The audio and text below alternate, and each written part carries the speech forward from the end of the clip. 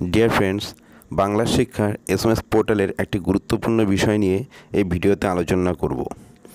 তো এসএমএস পোর্টালের সেই গুরুত্বপূর্ণ বিষয়টি হলো বাঁক আপলোড। তো বাঁক আপলোডটা কি সেটি আমরা দেখে নিই।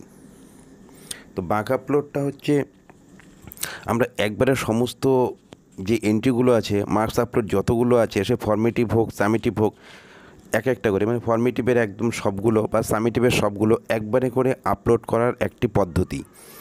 তো বাঁক আপলোডের সুবিধাটা কি? হয়তো কখনও আপনি যেখানে কাজ করছেন, সে স্কুলে হোক বাড়িতে হোক, যেখানে কাজ করছেন সেখানে নেটওয়ার্ক নেই, আপনি কাজ করতে পারছেন না, অসুবিধার সম্মুখীন হচ্ছেন। তো এই বাঁক আপলোড করলে পরে আপনাকে অসুবিধার সম্মুখীন হতে হবে না। আপনি এক্সেল একটা ফাইল আছে, সেই ফাইলটি এখান থেকে ডাউনলোড করে নিতে হবে। সেই এক্সেল ফাইলের মধ্যে মার্কসগুলোকে অফলাইন এন্ট্রি করে রাখলেন।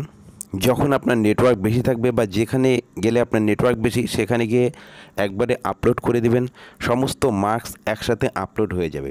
এটি সবথেকে বড় সুবিধা। তো বাঁক আপলোডের আরেকটি সুবিধা আছে। সেই সুবিধাটি হলো, আমরা যখন কোনো এন্ট্রি করি, এন্ট্রি করতে গেলে একটি অসুবিধার সম্মুখীন হতে হয়। ধরুন আমি দেখাচ্ছি একটি করে, ইভ্যালুয়েশন আসলাম, সামেটিভ আসলাম। তো সামেটিভ যখন করব, এখানে আমাকে ক্লাস সিলেক্ট করতে হবে। করলাম ক্লাস সিলেক্ট, সাবজেক্ট বেঙ্গলি করলাম, টার্ম 3 করলাম, সার্চ। তো সার্চ করার পরে এলো, এখানে আপনাকে এন্ট্রি করতে হবে। এখানে যখন আপনি এন্ট্রি করবেন, দেখুন এখানে আপনি নিউমেরিক ডিজিট আনলেন। ধরুন নিউমেরিক ডিজিট আসার পর এখানে 25 দিলাম, এন্ট্রি মারলাম। যেই এন্টার করলাম, আবার আমার অ্যালফাবেট চলে এলো, আবার নিউমেরিক আসতে হবে। আবার এখানে একটি এন্ট্রি করব, এন্টার দিলাম, আবার নিউমেরিক অ্যালফাবেট চলে এলো। তো এই অ্যালফাবেট বারবার করে আসার জন্য সমস্যা হচ্ছে। তো আপনি যদি এক্সেল ফাইলের মধ্যে এটিকে করে একবারে আপলোড করেন, তবে এই সমস্যার সম্মুখীন হতে হবে না। আর তাছাড়া আরেকটি বিষয় হলো, যখন আমরা এই বাঁক যখন ন্যাচারালি এমনি নর্মালি যে আপলোড আছে সে আপলোডটি করব, সেখানে কি করতে হয় দেখুন, আপনাকে প্রত্যেকটা সাবজেক্টে একটা একটা করে করতে হচ্ছে। অর্থাৎ বাংলা আগে করলেন, তারপর হচ্ছে ইংলিশ, এভাবে করে এক একটা সাবজেক্ট আলাদা আলাদাভাবে করতে হচ্ছে। কিন্তু বাঁক আপলোড করলে আপনার একবারে সমস্ত বিষয় আপলোড হয়ে যাবে। তো এই সুবিধাগুলো রয়েছে বাঁক আপলোডে। তো বাঁক আপলোডটা আমরা কীভাবে করে করব, সেই পদ্ধতিটি দেখে নিই।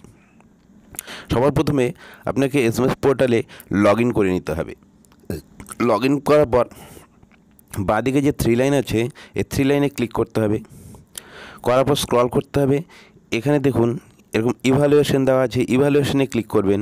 করার পর এখানে ফর্মেটিভ সামেটিভ দেওয়া আছে। তো আমরা কি করব, নিচের দিকে দেখুন আপলোড বাঁক মার্কস এন্ট্রি ফাইল। তো আপলোড বাঁক মার্কস এন্ট্রি ফাইল করার আগে আপনাকে ডাউনলোড করে নিতে হবে একটি এক্সেল ফাইল। এই ডাউনলোড অপশানে আসবেন, ডাউনলোড এক্সেল। এখানে আসার পরে যে ক্লাসের জন্য করছেন, আপনি সেই ক্লাসের এক্সেল ফাইলটাকে ডাউনলোড করে নেবেন। ধরুন ক্লাস 4 করছি, এলাম টার্ম 3 ক্যাটাগরি। এখানে ফর্মেটিভ করতে পারবেন, সামেটিভ, থিওরি, প্র্যাকটিক্যাল সমস্তই করতে পারবেন। যদি সামেটিভ করি, সামেটিভ ক্লিক করব। আলাদাভাবে আপনাকে এই ফাইলগুলো ডাউনলোড করে নিতে হবে। ফর্মেটিভের জন্য প্রথমটা করতে হবে, তারপর সামেটিভ, তারপর থিওরি, তারপর প্র্যাকটিক্যাল, অর্থাৎ 4টা ফাইল আপনাকে ডাউনলোড করতে হবে।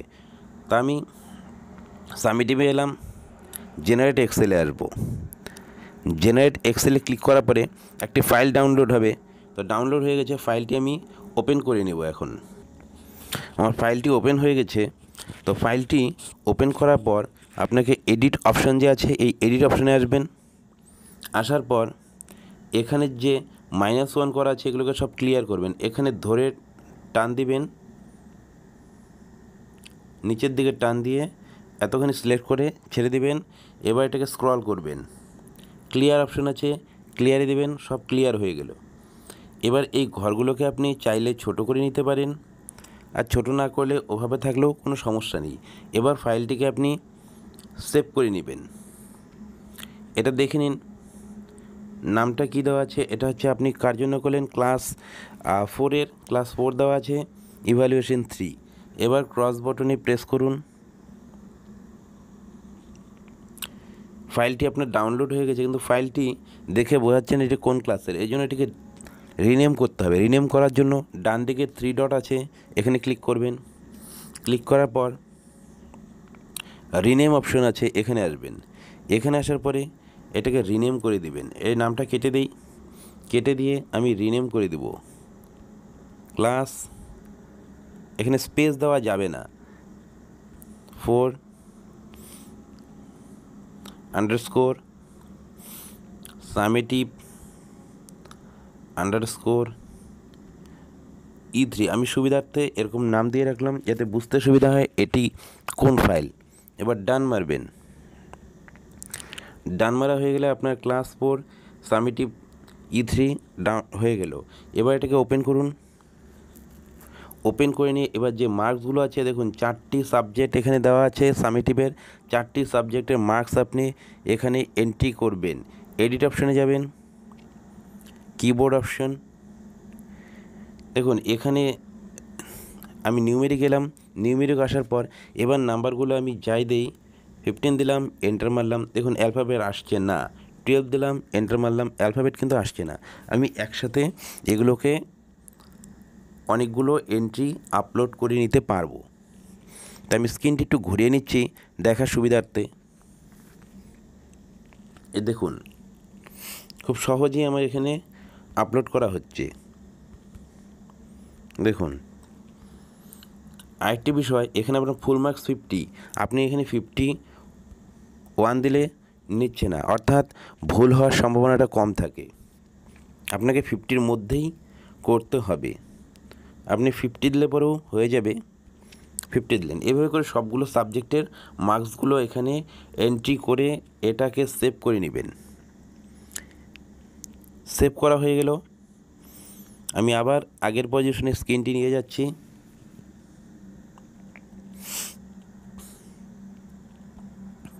দেখুন এবার ক্রস বাটনে প্রেস করে দিলেন, এটা সেভ মারলেন, আপনার ফাইলটি সেভ হয়ে গেল। এবার আপনি ক্রোম ব্রাউজারে চলে আসেন। এবার যেটা করতে হবে, বাঁক মার্কস আপলোডটা কী করে করবেন, আবার একই রকম করে 3 লাইনে যাবেন, বাঁ দিকের স্ক্রল করবেন, এখানে ইভ্যালুয়েশন আপনার ক্লিক করাই আছে। ইভ্যালুয়েশনে এখানে আপলোড বাঁক মার্কস এন্ট্রি ফাইল, এখানে ক্লিক করবেন। ক্লিক করলাম। ক্লিক করার পর এটাকে স্ক্রল করে ওপর দিকে তুলে নিন।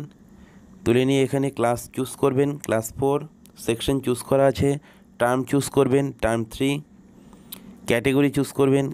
এটা কি সামেটিভের জন্য করেছেন, তো সামেটিভ ইভ্যালুয়েশন। এবার চুজ ফাইল, চুজ ফাইলে আসবেন। এখানে মিডিয়া পিকার দেওয়া আছে, এই মিডিয়া পিকার অপশনে ক্লিক করবেন। আবার 3 লাইনে যাবেন, বাঁ দিকের 3 লাইনে যাওয়ার পর এটাকে স্ক্রল করুন, একদম নিচের দিকে WPS অফিস আছে। এই WPS অফিসটি মোবাইলের মধ্যে ইনস্টল করে নিতে হবে। ক্লিক করলাম WPS অফিস। এখানে রিসেন্ট যে ফাইলটি আপনি করলেন সামেটিভ 4, এই যে দেওয়া আছে প্রথম ফাইলটি, এখানে ক্লিক করলেন। এবার upload excel file, upload excel করলেই আপনার সমস্ত মার্কস, যে মার্কসগুলো আপনি এক্সেল ফাইলটির মধ্যে সেভ করেছেন, সমস্ত মার্কস এখানে আপলোড হয়ে যাবে। তো এভাবে করে আমরা বাঁক আপলোড করতে পারি খুব সহজেই।